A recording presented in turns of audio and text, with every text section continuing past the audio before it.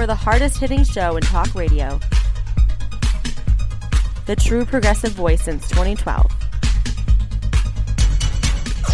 This is Southpaws.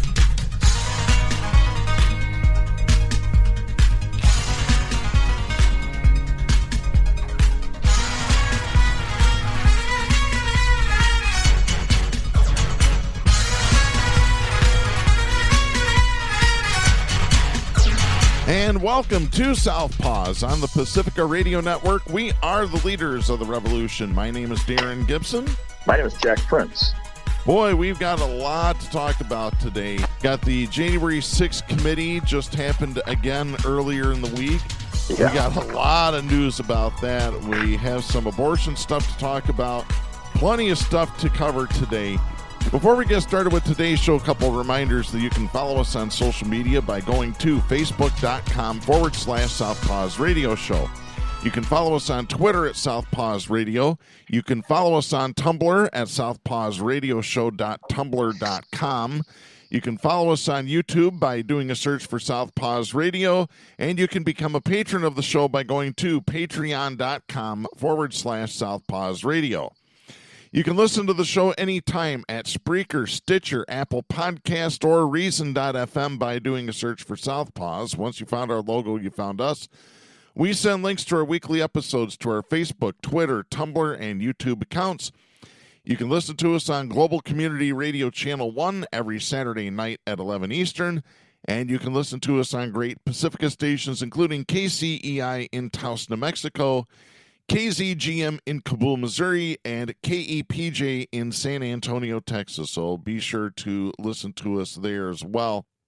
Well, Jack, we got some breaking news on Thursday. The announcement came out that Ivana Trump, the first wife of Donald Trump, passed away at the age of 73.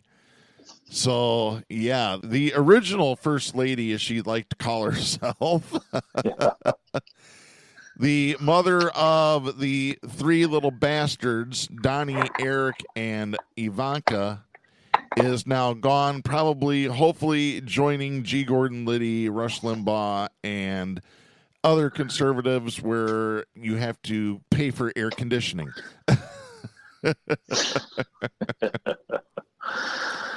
Well, she almost seemed human at times, I have to say, of the entire litter.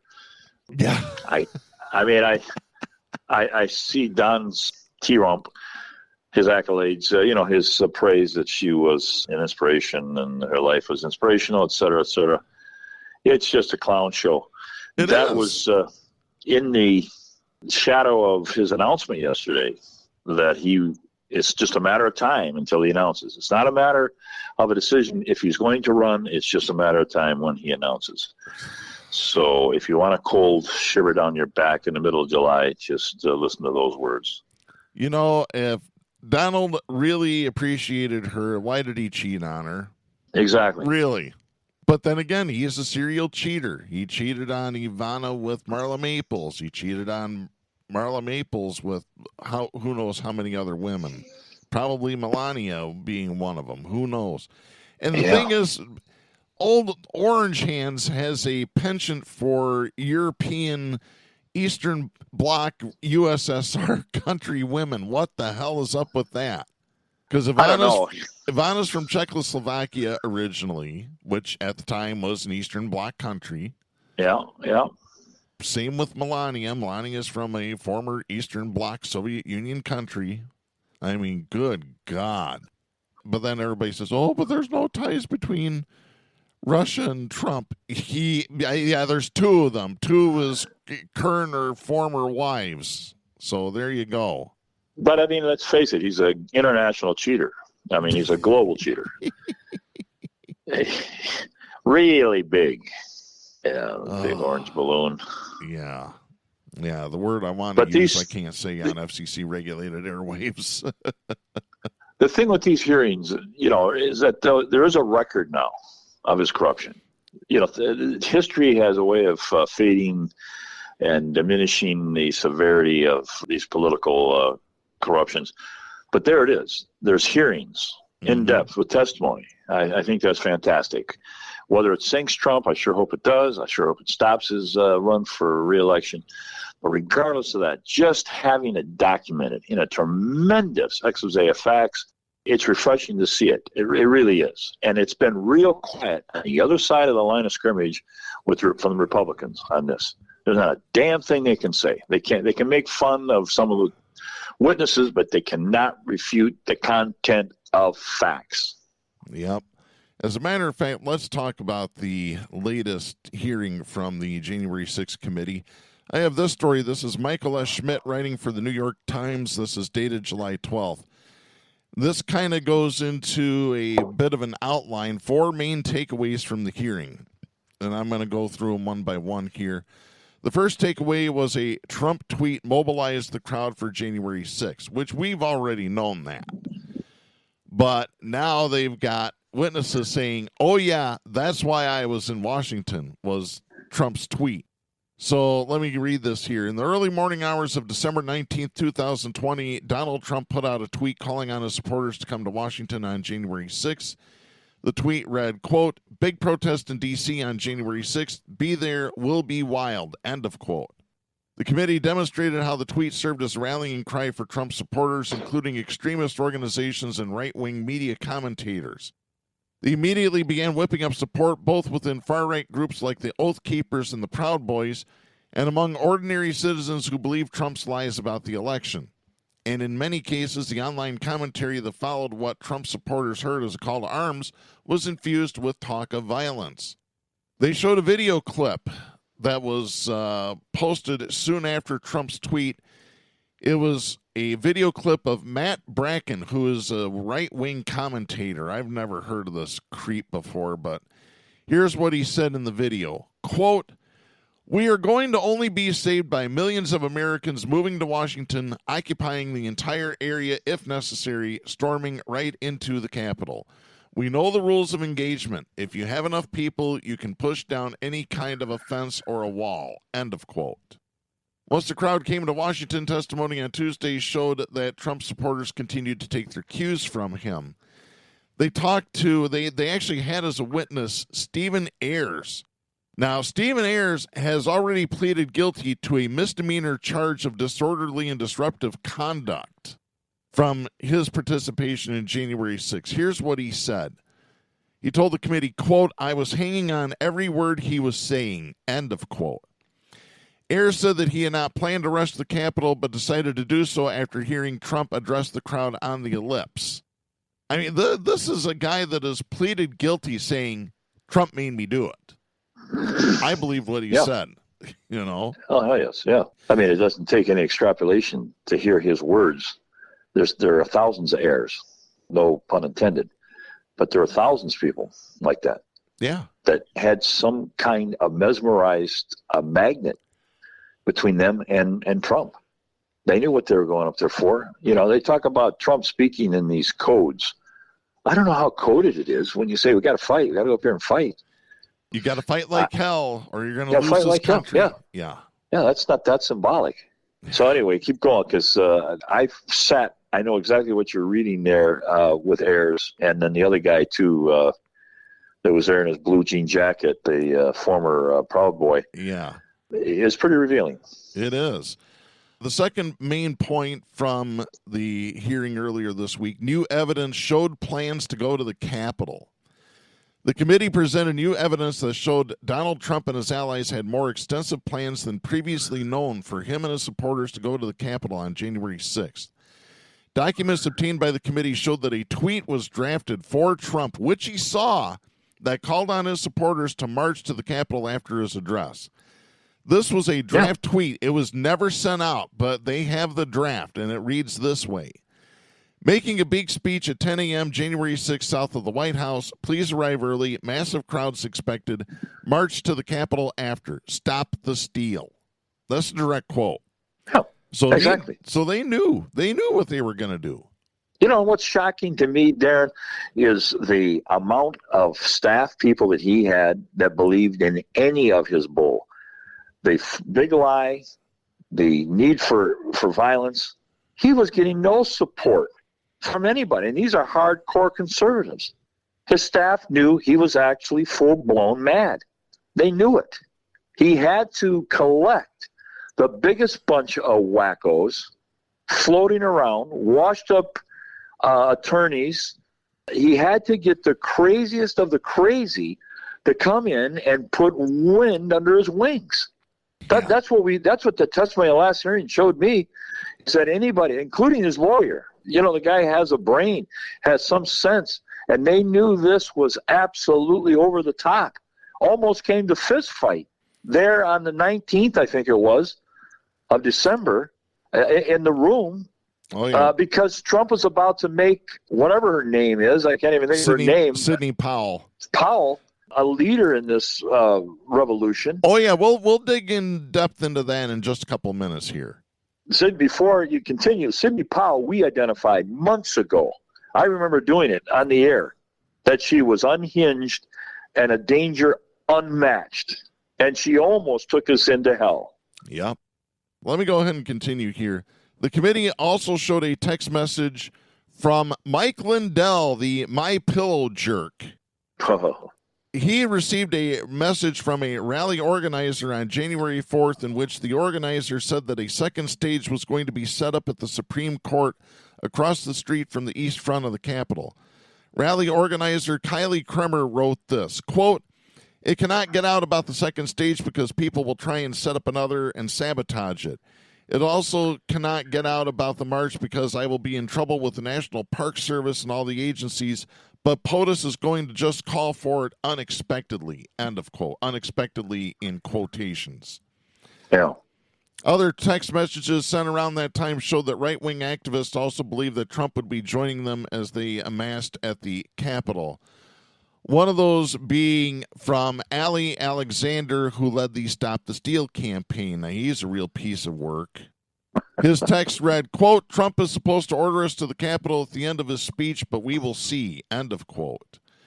The committee also cited a deposition by White House photographer Sheila Craighead, who was present at an Oval Office gathering the evening of January 5th when Trump and some of his aides could hear a crowd of his supporters who were gathered nearby. Craighead testified that Trump was saying, quote, "We should go up to the Capitol. What's the best route to the Capitol?" End of quote. Which leads to the third point, an epic Oval Office clash. Listen to this. You alluded to it just a few minutes ago, Jack. 4 days after states voted in the Electoral College, essentially ending all legal challenges to Joe Biden's victory, a group of Trump's outside advisors were hustled into the West Wing to meet with Trump in the Oval Office.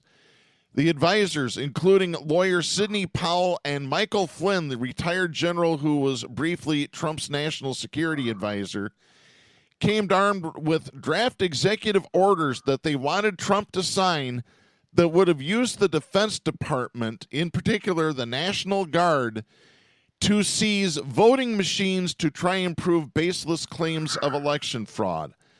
Now, let me just stop right there.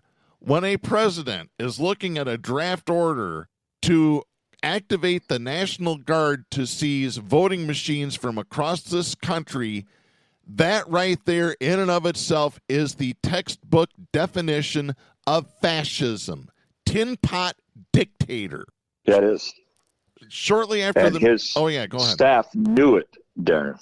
They knew that it was absolutely seizing the machines, which was what the meeting on the 19th was working for, what the crazies. What do they call it? There's two groups. There's the normal White House staff, and then there's the crazy group. I think that's the moniker they use for them now, crazy group.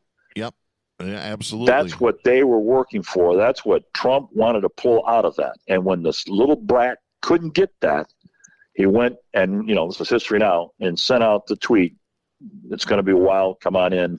Yep. So that was a watershed moment. And what a revelation to the country when they went into detail, when you had the door open on that closed meeting, and you realize how unhinged that idiot was, how close he was to burning up the whole thing. If he can't be standing on a stage being worshipped, he'll burn the stage down. He was on his way to do it. Yep, absolutely.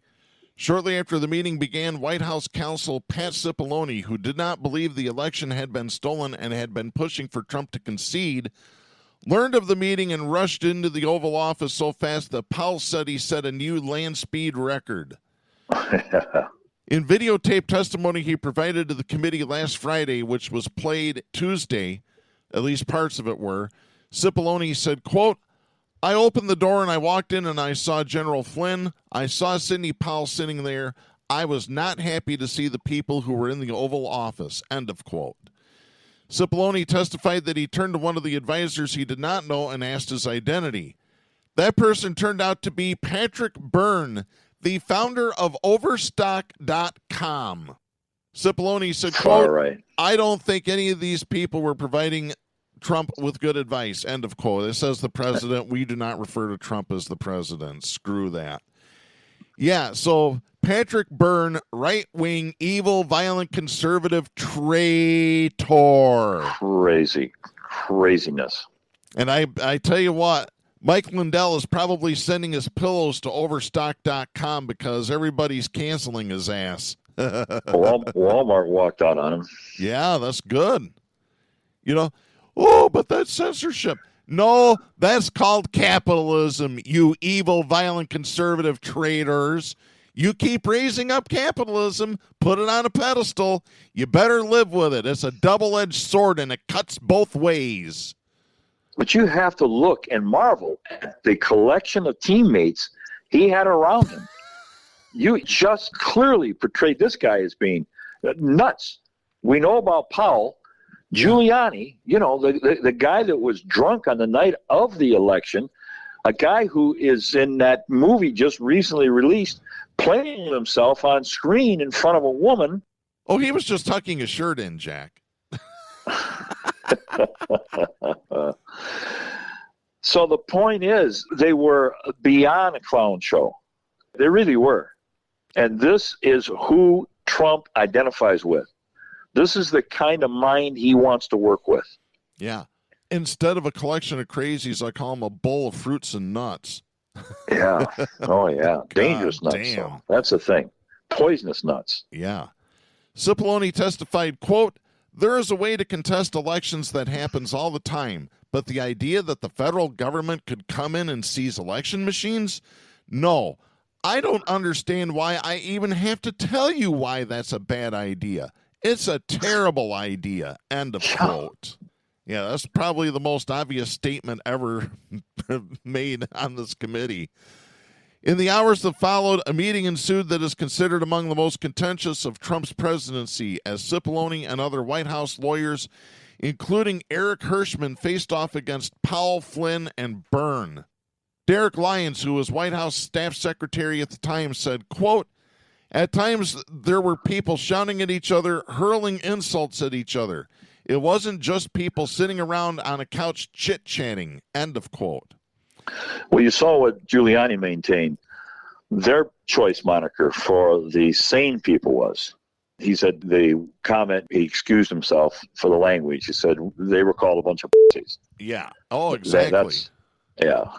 Yeah, I heard that on one of the Sirius XM shows. I think Giuliani needs to take a look in the mirror if he's going to call anybody that word, traitorous asshole. I do, and we'll get into the traitorous stuff here in a little bit because I've got hammer time this week. Powell testified that she thought that Trump had appointed her as special counsel to investigate election fraud claims. That's a scary thought. Yeah, no kidding. But the testimony played by the committee revealed that Cipollone strongly objected to such a move and essentially killed it by refusing to do the paperwork needed for such an appointment.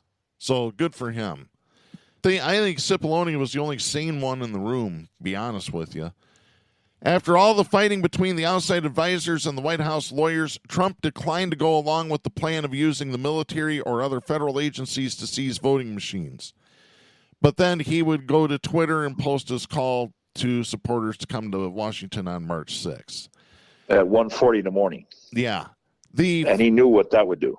The final point that they brought up here in this New York Times story, more warnings against witness tampering.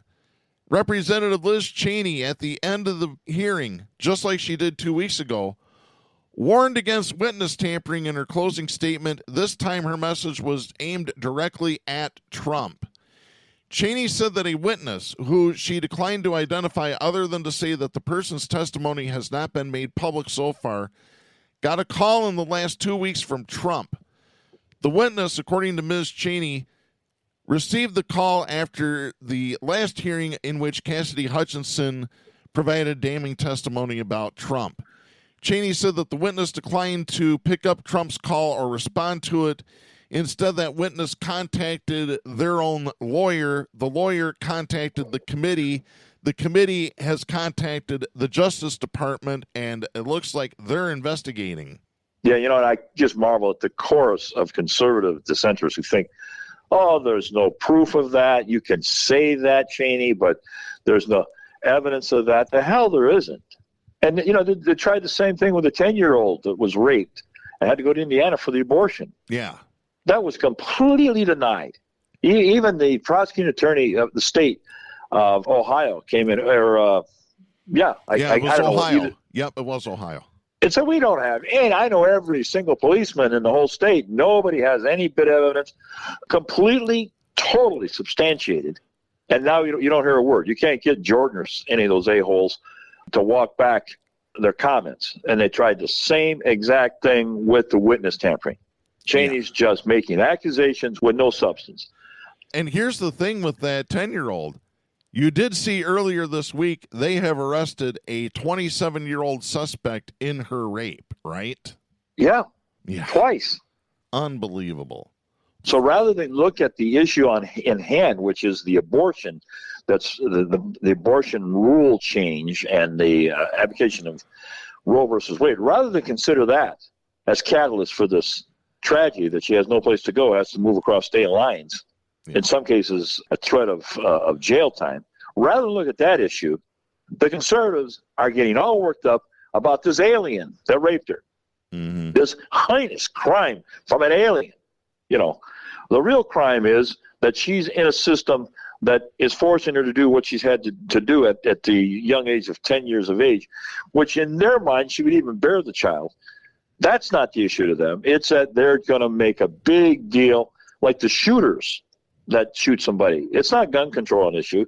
It's an individual who is crazy, absolutely crazy. The person in Buffalo was just a madman, crazy. He wasn't a racist. Forget that. You can't condemn the racist out there for that shooting. They're nuts. And they've got these tried and proven techniques they use over and over again. They're absolutely masters at deflection. Did you see Jordan try to be interviewed after he completely denounced the facts on the 10-year-old? He ran into his office, said, my job now is to go after the guy that raped her. What a terrible crime. No, the crime is that you went against the Constitution for the 50-year mandate and reversed the Roe versus Wade. That's a crime we need to look at. These guys are trying my patience. My God. Yep. Getting back to the story real quickly, CNN has reported that this witness that Trump tried to call is apparently been identified as a White House staffer who was very willing to back up Cassidy Hutchinson's testimony. Yeah, very low level. Somebody that they said Trump would never call. So they have a policeman now who corroborate her testimony. Yeah. Visibly saw the parade. So after Cheney made her comments, a spokesperson for Trump said on Twitter that Cheney was trafficking in innuendo and lies, but did not directly address whether Trump had tried to reach out to a witness. One last point that was not brought up in the New York Times story. We also found out who the 11 Congress critters were who went to the White House to help Trump try and overturn the election. And here's the list, folks. Remember these names. Mo Brooks, Republican out of Alabama. By the way, Mo Brooks was primaried out, so he's now talking to the committee about testifying to everything that happened. If that happens, oh my God, it'll blow game up. Over. It's game over for Donald Trump. Yep. The other Congress critters include Brian Babin, Republican of Texas, Andy Biggs, Republican of Arizona, Matt Gaetz, Republican of Florida, he must not have been able to find a prom date that day. Louis Gohmert, Republican of Texas. Paul Gosar, Republican of Arizona. This is the guy that his own family has put out TV ads saying, don't vote for our brother. Yeah, oh yeah, toxic. Andy Harris, Republican of Maryland. Jody Heiss, Republican of Georgia. Jim Jordan, Republican of Ohio. He must not have had a sex scandal to try and cover up that day either. Scott Perry, Republican of Pennsylvania. And Jack, your girl, Marjorie Taylor Greene. Georgia. I'm reminded as you talk, the day I went down for my physical in Detroit, I was drafted, okay? And we all had to line up. A whole bunch of men had to drop trowel and bend over. Yeah. And I remember the doctor saying, that's a lot of a-holes.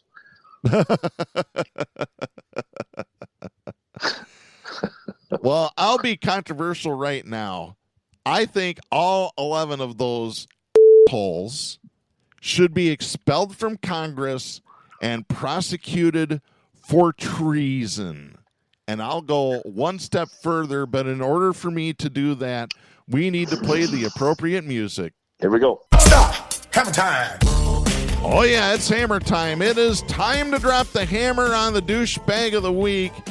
And this week, it's Facebook that gets douchebag of the week because they banned me for 3 days for saying that the government should prosecute Trump, and if he's found guilty of treason, execute him on live national television. And I stand by that statement 100%. And they ought to do that to these 11 congressmen and women. This is high treason, folks. They were going to overtake the country. Yeah, it was a coup. I mean, without any hesitation or debate, it was a coup. Absolutely. And a lot of these suckers have crawled up trying to get pardoned or tried to get pardoned. They knew how precarious they were. Yeah, I made that comment in response to a post on Facebook because I had posted that it looks like Donald Trump's about ready to get prosecuted for witness tampering. And one of our longtime listeners, Garrett Nessel, I went to high school with Garrett. Garrett's a great guy. He responded by saying the Republican Party is trying to take us back to the 80s. And he said, once upon a time, you used to get the death penalty if you were convicted of treason. So I responded, prosecute and execute, and do it both on live national TV. For that, Facebook gave me a 3-day ban, which, by the way, I have appealed to the oversight board. I'm not calling for violent overthrow. I'm calling on the government to do their fucking job. That's all I'm calling for. Do their job. Yeah. And do this.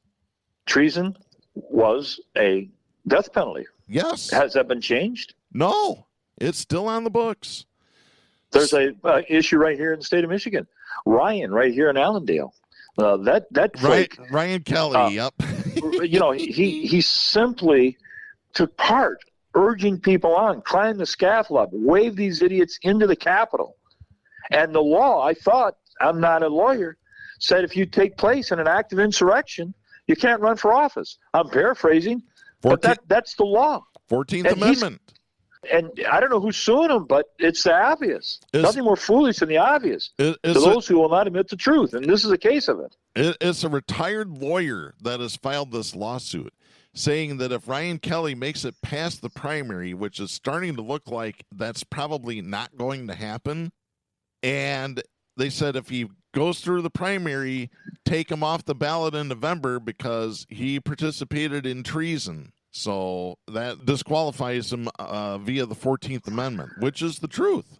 Yeah, and I'm not so worried, that knocks him out of contention to be the governor, because they'll pull another snake out of the bag. Yeah. But at least it repeats the obvious. It was a treasonous act by a man who's popular here in West Michigan. Yeah.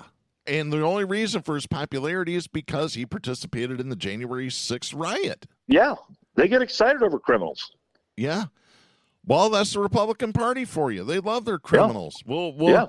We've got a story a little bit later on about the chair of the Oklahoma Republican College that is in trouble for allegedly diddling around with a minor. He's been charged with sodomy. Oh yeah, it's rampant. The chair of the Oklahoma College Republicans. We'll talk about that in a little bit. Yeah, you're right. Republicans love a crook. I mean, they looked at Trump, who bragged about beating the tax system, right? Yeah.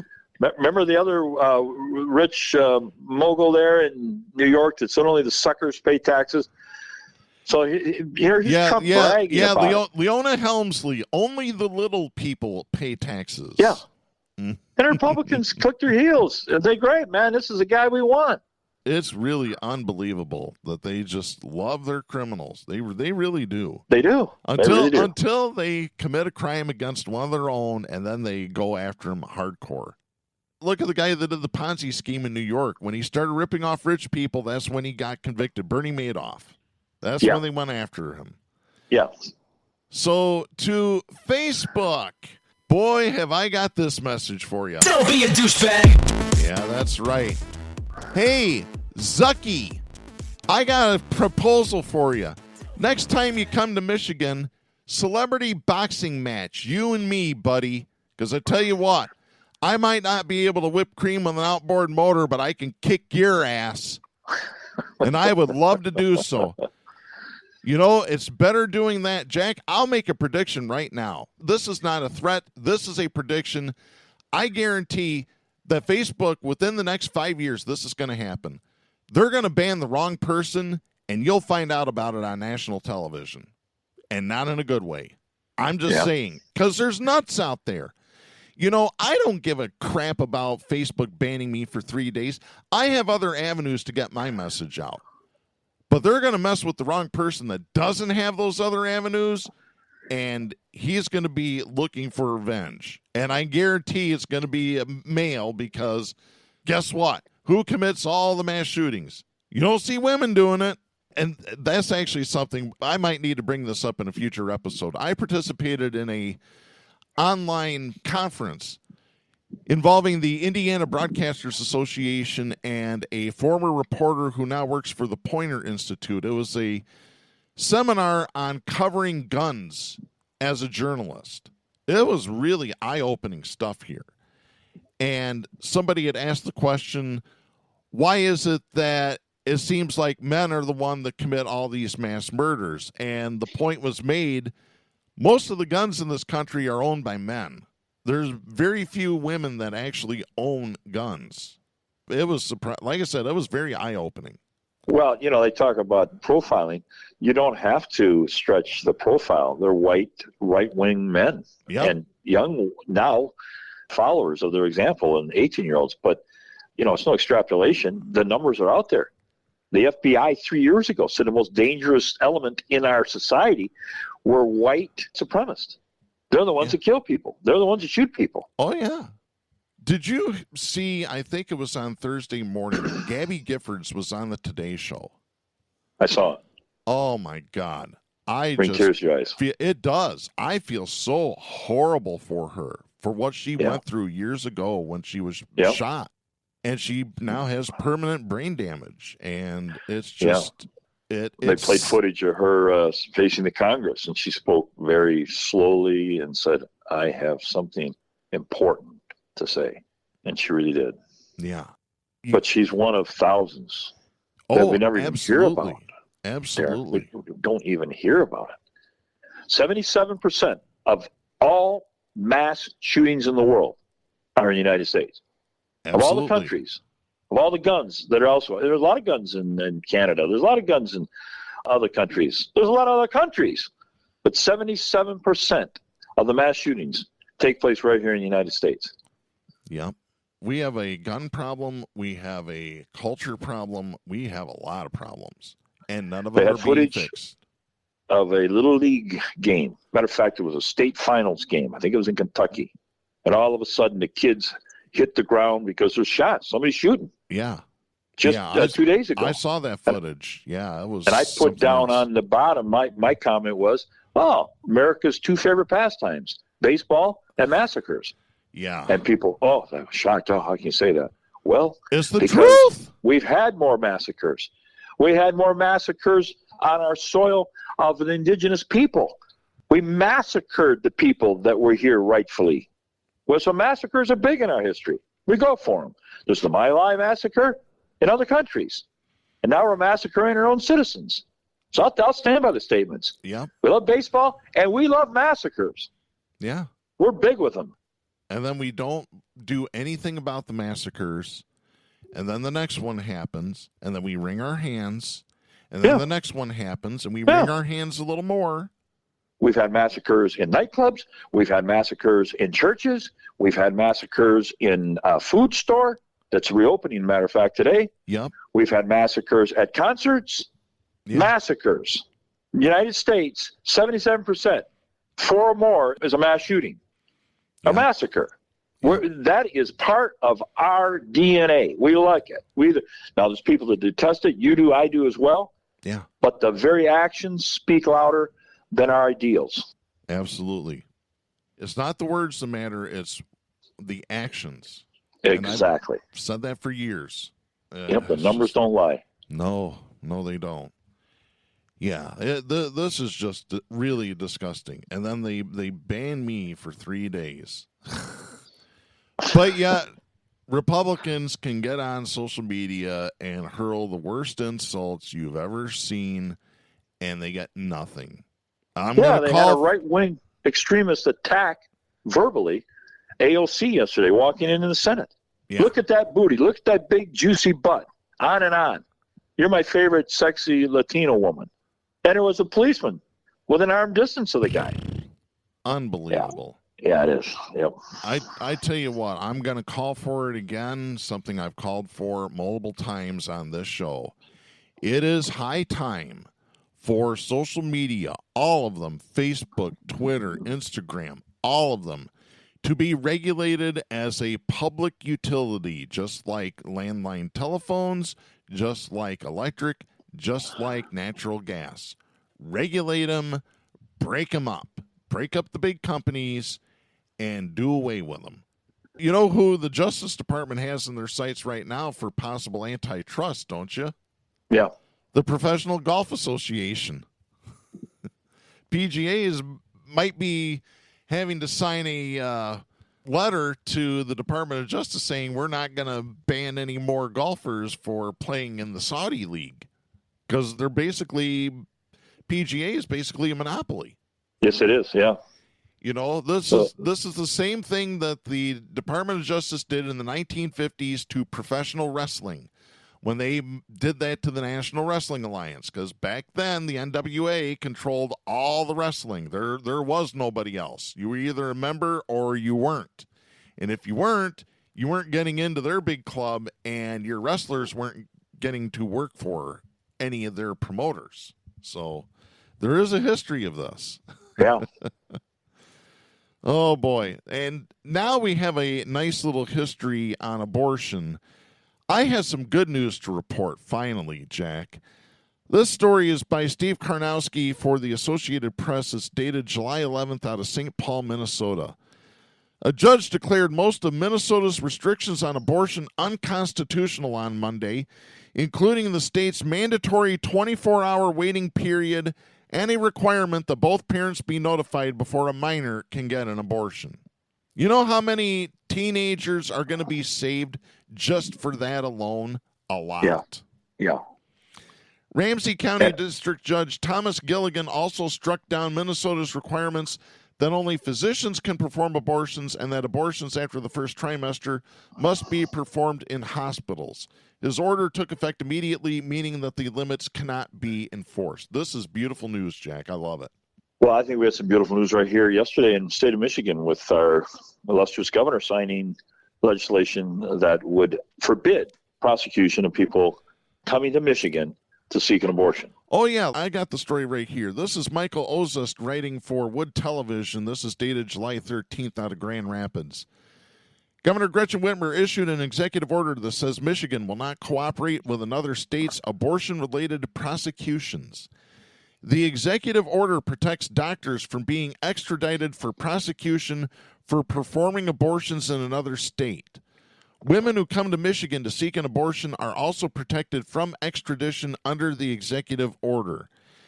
Here's what Whitmer said in a press release Wednesday. Quote, After the overturn of Roe v. Wade and the ensuing implementation of a series of extreme bans on abortion that criminalize women and medical professionals across the country, visitors to Michigan must know that they can access reproductive health care within our borders without fear of extradition.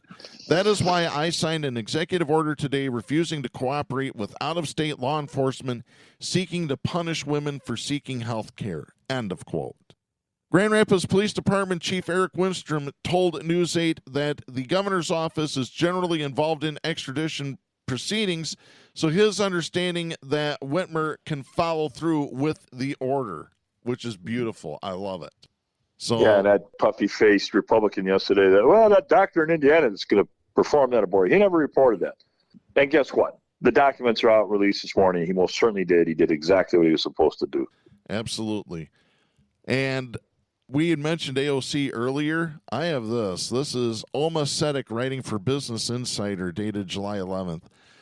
Representative Alexandria Ocasio-Cortez, Democrat of New York, urged Senate Democratic leadership to take a position on whether Justices Brett Kavanaugh and Neil Gorsuch lied to senators about their views on Roe v. Wade during their Supreme Court confirmation processes. The New York Democrat, along with Democratic Representative Ted Lieu of California, sent a letter to Senate Majority Leader Chuck Schumer on Friday demanding he address the matter. Yeah, AOC is calling for these Supreme Court justices to be impeached for lying under oath. And I think seems fair to me. Again, the law is the law. Yeah. You look at it, they lied. You got the whole nation watched and do it. Yeah, it's on tape. They can go back and play the tape. I mean, it's just there. I'm going to skip down a little bit in this article here. Republican Senator Susan Collins of Maine and Democratic Senator Joe Manchin of West Virginia. No, let me correct you. He's a Republican. He just wears blue clothes. They both voted to confirm Gorsuch in 2017 and Kavanaugh in 2018. They both have expressed alarm at the consequential outcome, saying that they felt misled by the two justices. Misled? Yeah. They were lied to. They lied. They lied. But, Susan, you could have looked at the grooming that Barrett, the little handmaid, the little cultist, Amy Coney was Barrett. raised and groomed to go after Roe versus Wade. There was no mistaking that. Yeah, they lied. They should be off the bench. No question about it. But any one of the three, Kavanaugh, any of these guys, Gorsuch, you knew that's what they were handpicked to do. Yeah. Trump picked three heavy hitters. Murders Roe. There they were. And to be misled by two sentences in the Supreme Court is indicative either naivete or complicity. You really wanted them in, but you didn't want to pretend, or you pretended like you didn't want them in. But back to your main point, all three of them lied under oath. That is an offense. That means they are off the bench. Clear and cut. Yeah. What do we still have any laws that are fulfilled? I mean, my goodness. No, I don't think we do. And here's the thing. Collins is an abortion rights supporter. In Manchin's case, he's personally against abortion, but supposedly supports legislation to protect abortion rights. Yeah. Here's what I think of his statement. I don't believe anything Manchin says, even if his tongue was notarized. He just sunk the whole Democratic climate tax bill. He revels in just waiting till the last minute and then collapsing the whole house of cards. He gets off on that. Absolutely. And again, Ocasio-Cortez said that she believes that lying under oath during confirmation hearings is an impeachable offense and is something that should be very seriously considered. Here's what she told NBC News on June 26th. Quote, "To allow that to stand is to allow it to happen. What makes it particularly dangerous is that it sends a blaring signal to all future nominees that they can now lie to duly elected members of the United States Senate in order to secure Supreme Court confirmations and seats on the Supreme Court." End of quote. It's glaringly obvious that she's correct. But one voice, she's going to be labeled, she's already been labeled as an extremist or radical. Her suit suggestion here makes is labeled that it's bizarre, it's crazy, it's radical. It's not. It's the law. Yeah. It's no more radical than telling Ryan you can't run for office when you take place in a riot, in an insurrection. Can't do it. The thing is, we need some radicals, Jack. We really do. But what they're doing isn't radical. Yeah, It should be par. absolutely. Oh, man. Let me give you this. New York Times released a poll earlier this week. Have you heard about this? 64% of Democratic voters say they would prefer a different leader in the 2024 race. Well, I've got a suggestion for you.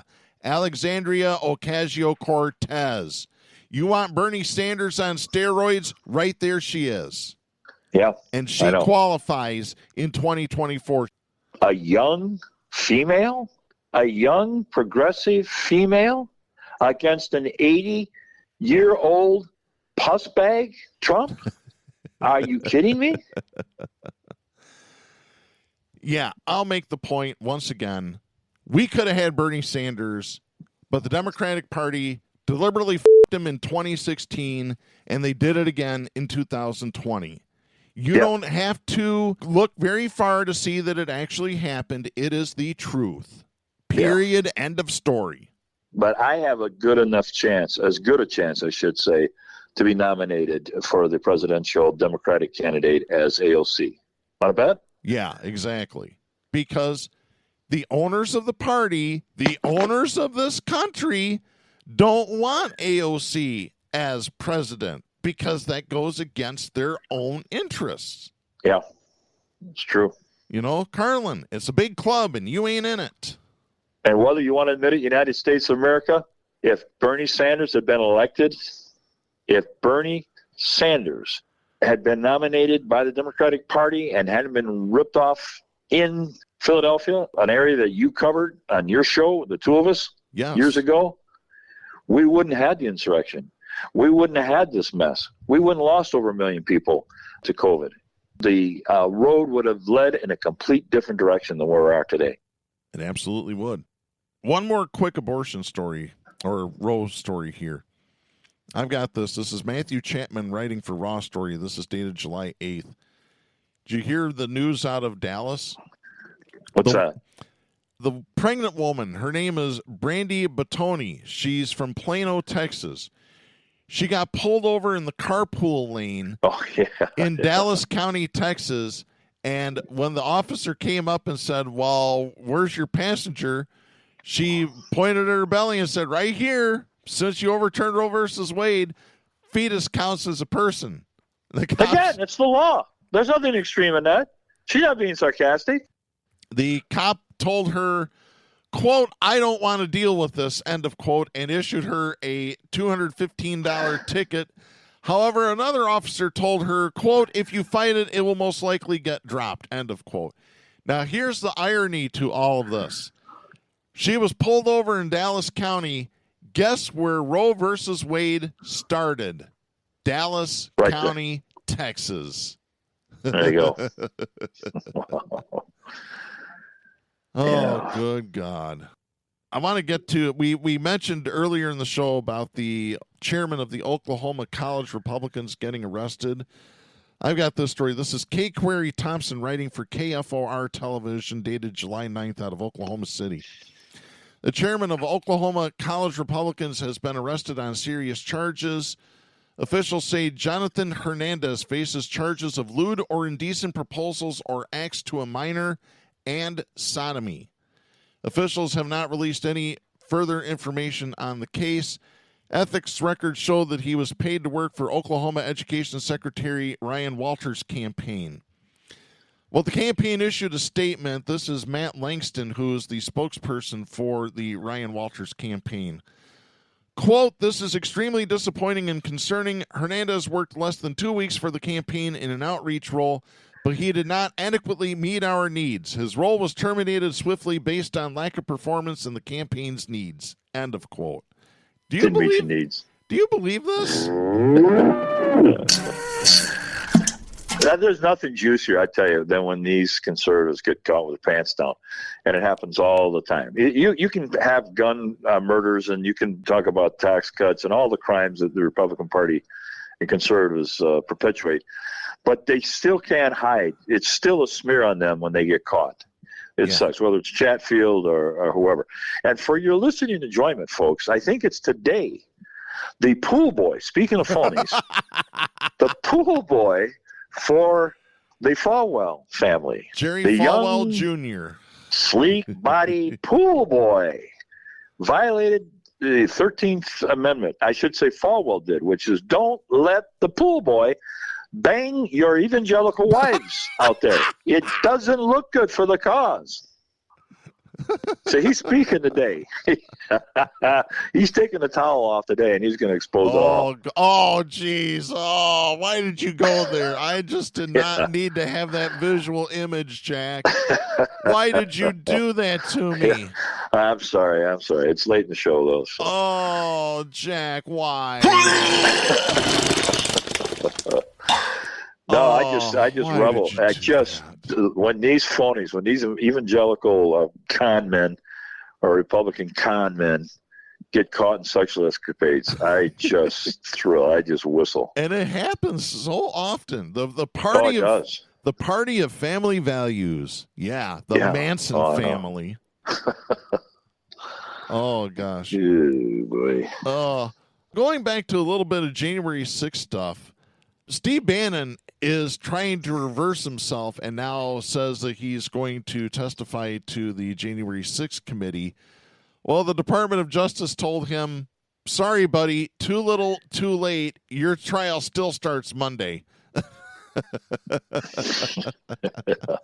Yeah, right. You know what may have caused him to change his mind? Did you hear this story, Jack? Don't think so. This is Mary Poppenfuss writing for the Huffington Post dated July 8th. Listen to this is crazy. Heavily armed police officers swarmed former White House strategist Steve Bannon's Washington home Friday in a so-called swatting attack after someone called in a false report of a man with a gun. That's according to a report from the Washington Post. So somebody called 911 and said there's somebody with a gun, and they gave him Steve Bannon's address, so in hopes that the SWAT team would arrive and take out Steve Bannon. Nice try. You've heard of this happening before. That stood there. This is going to be a big day tomorrow. Oh, man, it's more than what you expect. And all I can say down. Strap yourself in. All I can say is strap in. You made this happen, and tomorrow it's game day, so strap in. Let's get ready. It's all converging, and now we're on the point of attack tomorrow.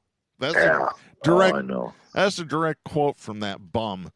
He does. Sounds he looks like you guys too familiar with saying strap in, if you ask me. Strap in or strap on? So I gotta say, it's close.